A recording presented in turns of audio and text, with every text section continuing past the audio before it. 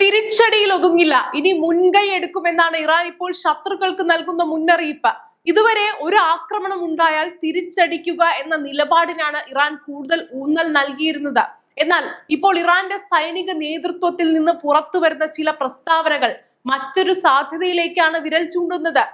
ശത്രുക്കൾ തന്ത്രപരമായ ആശ്ചര്യങ്ങൾക്ക് തയ്യാറായിരിക്കണം. ഇതാണ് ഇറാന്റെ ഇസ്ലാമിക് റവല്യൂഷണറി ഗാർഡ് കോർപ്സിന്റെ മുതിർന്ന ഉദ്യോഗസ്ഥൻ ബ്രിഗേഡിയർ ജനറൽ യാദുള്ള ജവാനിയുടെ ഏറ്റവും ശ്രദ്ധേയമായ മുന്നറിയിപ്പ്. പക്ഷേ ഇവിടെ ഒരു കാര്യം ആദ്യം തന്നെ വ്യക്തമാക്കണം. ഇറാൻ ഉടൻ ഒരു പുതിയ ആക്രമണം നടത്തുമെന്ന് ജവാനി പ്രഖ്യാപിച്ചിട്ടില്ല.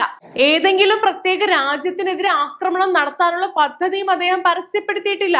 ലഭ്യമായ റിപ്പോർട്ടുകൾ പ്രകാരം ഇറാന്റെ സൈനിക സിദ്ധാന്തം കൂടുതൽ മുൻകൈ എടുക്കുന്ന രീതിയിലേക്ക് മാറാനുള്ള സാധ്യതയെക്കുറിച്ചുള്ള ശക്തമായ സന്ദേശമാണ് അദ്ദേഹം നൽകിയത്. അപ്പോൾ എന്താണ് ഈ തന്ത്രപരമായ ആശ്ചര്യങ്ങൾ? അതറിയാൻ ആദ്യം ഇറാന്റെ ആക്റ്റീവ് ഡിറ്ററൻസ് അഥവാ സജീവ പ്രതിരോധം എന്ന ആശയം മനസ്സിലാക്കണം. 2026 May 24 IRGC commander major general Ahmad Vahidi ഇറാന്റെ സായുധ സേന മിസൈൽ, വ്യോമ, നാവിക, കര, ബഹിരാകാശ, സൈബർ മേഖലകളിൽ ഉയർന്ന തരത്തിലുള്ള സജ്ജതയിലും ആക്റ്റീവ് ഡിറ്ററൻസിലും ആണെന്ന് പ്രഖ്യാപിച്ചിരുന്നു. വീണ്ടും ആക്രമണം ഉണ്ടായാൽ അതിന്റെ മറുപടി ഇറാന്റെ അതിർത്തിക്കുള്ളിൽ മാത്രം ഒതുങ്ങുന്നില്ലെന്നായിരുന്നു അദ്ദേഹത്തിന്റെ മുന്നറിയിപ്പ്. അതായത് ഇറാന്റെ സന്ദേശം വളരെ വ്യക്തമാണ്. ഇറാനെ ആക്രമിക്കുന്നതിന് മുൻപ് അതിന്റെ പ്രത്യാഘാതങ്ങൾ പല മേഖലകളിൽ ഉണ്ടാകാമെന്ന എതിരാളികൾ കണക്കിലെടുക്കണം. ഇതാണ് ഡിറ്ററൻസ് എന്ന ആശയത്തിന്റെ അടിസ്ഥാന ലക്ഷ്യം. ഒരു രാജ്യത്തെ ആക്രമിക്കാതിരിക്കാൻ എതിരാളിയെ പ്രേരിപ്പിക്കുന്നത് ആ രാജ്യത്തിന് തിരിച്ചടിക്കാൻ കഴിയുമെന്ന ഭയം തന്നെയാണ്. എന്നാൽ ഇപ്പോൾ ചർച്ചയാകുന്നത് അതിലും ഒരു പടി മുന്നിലുള്ള സമീപനമാണ്. ശത്രു ആദ്യം ആക്രമിക്കട്ടെ, അതിനുശേഷം തിരിച്ചടിക്കാം എന്നതിന് പകരം ഭീഷണി ഉയരുന്നതിന് മുൻപ് തന്നെ അതിനെ നേരിടാൻ ഇറാൻ തയ്യാറെടുക്കുകയാണോ എന്നതാണ് ചോദ്യം. ഇവിടെയാണ് യാദുള്ള ജവാനിയുടെ പുതിയ പ്രസ്താവന ശ്രദ്ധേയമാകുന്നത്. ജവാനി IRGCയുടെ രാഷ്ട്രീയകാര്യ വിഭാഗത്തിലെ ഡെപ്യൂട്ടി കമാൻഡറാണ്. 2026 ഫെബ്രുവരിയിലും അദ്ദേഹം ഇറാന്റെ സൈനിക ശക്തിയെക്കുറിച്ചും പ്രതിരോധ ശേഷിയെക്കുറിച്ചും ശക്തമായ മുന്നറിയിപ്പുകൾ നൽകിയിരുന്നു. ഫെബ്രുവരിയിൽ ഇറാൻ ബാലിസ്റ്റിക് മിസൈൽ പ്രദർശിപ്പിച്ചതിനിടെയാണ് ജവാനി ഇറാന്റെ സൈനിക ശക്തി ഉപേക്ഷിക്കില്ലെന്ന് വ്യക്തമാക്കിയത്. അതേസമയം ഇറാൻ യുദ്ധം ആഗ്രഹിക്കുന്നില്ലെന്നും എന്നാൽ എതിരാളി തെറ്റായ നീക്കം നടത്തിയാൽ നിർണായകമായി പ്രതികരിക്കുമെന്നും അദ്ദേഹം പറഞ്ഞിരുന്നു. ഇത് തന്നെയാണ് ഇപ്പോഴത്തെ മുന്നറിയിപ്പിന്റെ പശ്ചാത്തലത്തിലും പ്രധാനപ്പെട്ടത്. ഇറാൻ ഒരു ഭാഗത്ത് സൈനിക ശക്തി പ്രദർശിപ്പിക്കുകയും മറുഭാഗത്ത് ചർച്ചകൾക്കും നയതന്ത്രത്തിനും വാതിൽ തുറന്നു വെക്കുകയും ചെയ്യുന്ന സമീപനമാണ് സ്വീകരിച്ചു വരുന്നത്. പക്ഷെ അതോടൊപ്പം ആക്രമണം ഉണ്ടായാൽ അതിന് വലിയ വില നൽകേണ്ടി വരുമെന്ന സന്ദേശവും നൽകുന്നുണ്ട്. ഇനി മറ്റൊരു പ്രധാനപ്പെട്ട കാര്യത്തിലേക്ക് വരാം. പ്രതിരോധത്തിൽ നിന്ന് ആക്രമണത്തിലേക്ക് എന്ന മാറ്റം ശരിക്കും എന്താണ് അർത്ഥമാക്കുന്നത്? ഇത് ഇറാൻ ഔദ്യോഗികമായി എല്ലാ സാഹചര്യങ്ങളിലും മുൻകൂട്ടി ആക്രമണം നടത്താൻ തീരുമാനിച്ചു എന്നല്ല, മറിച്ച് പ്രതിരോധം എന്ന വാക്കിന് ഇറാൻ കൂടുതൽ വിശാലമായ അർത്ഥം നൽകാൻ ശ്രമിക്കുകയാണ് എന്നതാണ്. ഉദാഹരണത്തിന്, ശത്രുവിന്റെ സൈനിക നീക്കം നേരിട്ട് സ്വന്തം പ്രദേശത്ത് എത്തുന്നതുവരെ കാത്തിരിക്കാതെ ഭീഷണിയായി കാണുന്ന ഒരു നീക്കത്തെ നേരത്തെ തന്നെ തടയുന്നത് പോലും പ്രതിരോധത്തിന്റെ ഭാഗമാണെന്നാണ് ഇറാൻ വാദിക്കുന്നത്. അങ്ങനെ ഒരു സമീപനമാണ് യഥാർത്ഥത്തിൽ നിലവിൽ വരുന്നതെങ്കിൽ പശ്ചിമേഷ്യയിലെ സൈനിക കണക്കുകൂട്ടലുകൾ കൂടുതൽ സങ്കീർണമാകും. കാരണം ഒരു രാജ്യത്തിന്റെ സൈനിക നീക്കം എപ്പോൾ പ്രതിരോധം എന്നും എപ്പോൾ മുൻകൈയെടുത്ത് ആക്രമണം എന്നും നിർവചിക്കപ്പെടുമെന്നത് തന്നെയാണ് വലിയ തർക്ക വിഷയമാകുന്നത്. ജവാനിയുടെ സ്ട്രാറ്റജിക് സർപ്രൈസസ് എന്ന പ്രയോഗവും അതുകൊണ്ടാണ് ശ്രദ്ധ നേടുന്നത്. ഇറാൻ ഇനി തന്റെ സൈനിക നീക്കങ്ങൾ മുൻകൂട്ടി എതിരാളികൾക്ക് വായിച്ചെടുക്കാൻ കഴിയാത്ത രീതിയിലാക്കാൻ ശ്രമിക്കുമോ എന്ന ചോദ്യമാണ് ഉയരുന്നത്. 2026 സംഘർഷങ്ങൾക്ക് ശേഷം ഇറാൻ തന്റെ സൈനിക ശേഷി പുനഃസംഘടിപ്പിക്കുകയും പുനർനിർമ്മിക്കുകയും ചെയ്യുന്നു എന്ന റിപ്പോർട്ടുകൾ പുറത്തു വന്നിട്ടുണ്ട്. ഓഗസ്റ്റ് 1 അൽ ജസീറ റിപ്പോർട്ട് ചെയ്തത് വെടിനിർത്തൽ കാലയളവിൽ ഇറാൻ സൈനിക ശേഷി വർദ്ധിപ്പിക്കാൻ ശ്രമിച്ചതായാണ്.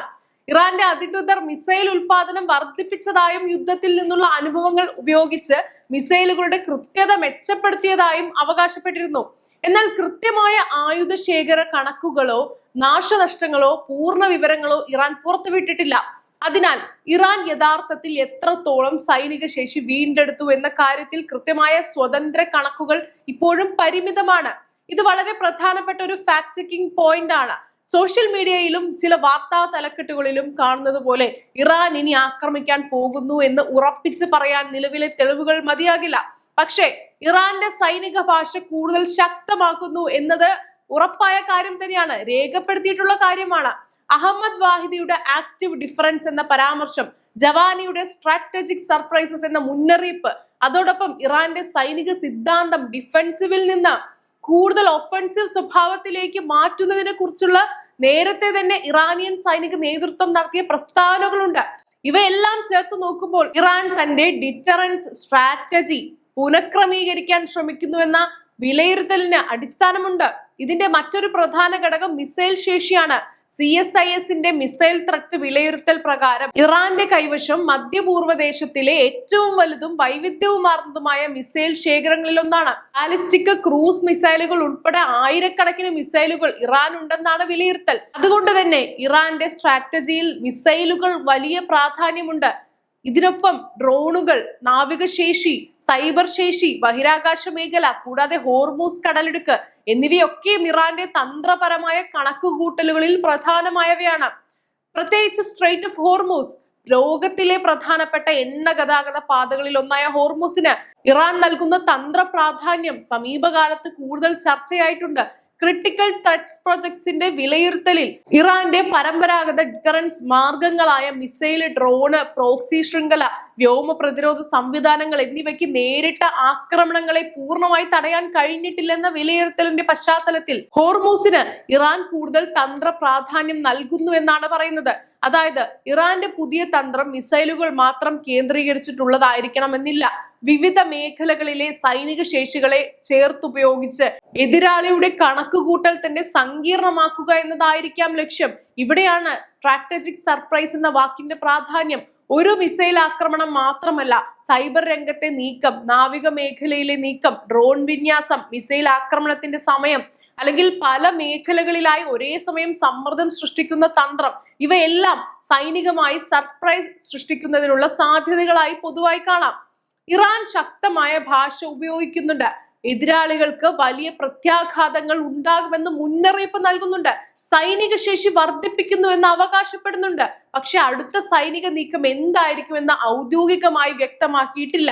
അതുകൊണ്ട് ഇപ്പോഴത്തെ അവസ്ഥയെ ഏറ്റവും കൃത്യമായി വിശേഷിപ്പിക്കേണ്ടത് ഇറാന്റെ ഡിറ്ററൻസ് റെട്ടറിക് കൂടുതൽ ശക്തവും മുൻകൈ എടുക്കുന്ന സ്വഭാവമുള്ളതുമായി മാറുന്നു എന്നതാണ്. ഇത് യുദ്ധത്തിന്റെ അടുത്ത ഘട്ടത്തെ എങ്ങനെ ബാധിക്കും, അതിലാണ് യഥാർത്ഥ ആശങ്ക.